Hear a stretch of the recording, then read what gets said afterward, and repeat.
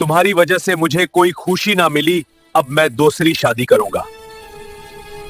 मेरा मेरा और तुम्हारी 4 बेटियों का क्या होगा?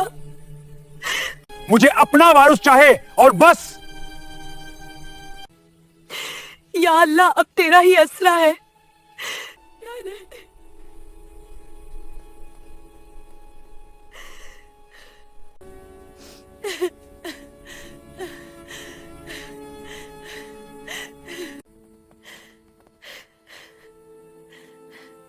आखिर एक दिन इकबाल दूसरी शादी करके अपनी दूसरी बीवी को घर ले आता है और कहता है, मुझे बेटा चाहिए हर हाल में। उसकी नई नवेली दुल्हन कुछ सोचकर जवाब देती है, इन 4 नहुस्तों के होते हुए बेटा कैसे पैदा होगा। इकबाल सायरा को घर से निकल जाने का हुक्म दे देता है।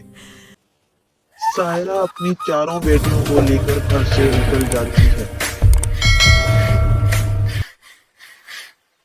इकबाल कुछ रोज तो अपनी नई नवेली दुल्हन के साथ अच्छे से गुजारता है, लेकिन वक्त के साथ साथ इनके दरमियान भी लड़ाई झगड़ा शुरू हो जाता है।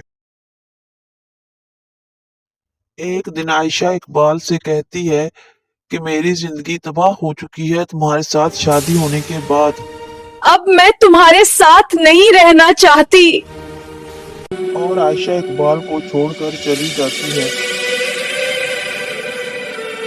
और दूसरी तरफ सायरा अपनी बच्चियों के लिए मेहनत करती है, कपड़े सिलाई करती है और अपनी बच्चियों की तालीम और तरबियत पर खर्च करती है।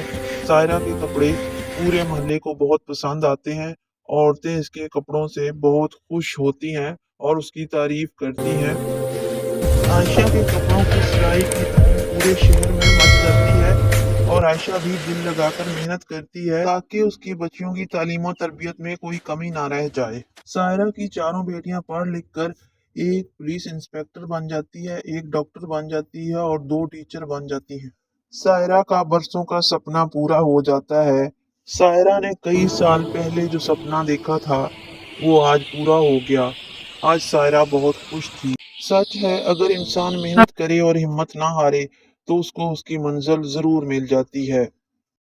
दूसरी तरफ इकबाल की जिंदगी तबाह हो चुकी थी। दूसरी बीवी आयशा जब उसको छोड़कर चली गई तो वो बहुत बीमार हो गया। काश मैं अपनी बेटियों पर जुल्म ना करता तो आज वो मेरी पास होती। या अल्लाह, मुझे मेरी बेटियों से मिला देते, मैं माफी मांग लो। वो हर वक्त अपनी बीवी सायरा और बेटियों को याद करके रोता रोने ही रहता था। लगता है। एक दिन सायरा अपनी बेटियों से कहती है, तुम्हें अपने बाप की भी खबर लेनी चाहिए। हाँ, मम्मा सही कह रही हैं, हमें अपने बाबा जान की भी खबर लेनी चाहिए।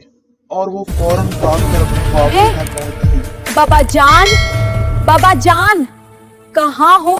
जब वो अपने बाप को बीमारी की हालत में देखती हैं तो बहुत परेशान हो जाती हैं और पूछती हैं, जान, आपको क्या हो गया है? तुम ठीक तो हो? मुझे माफ कर दो मेरी बेटियों, मैं तुम्हारा और तुम्हारी माम का गुनहगार हूं।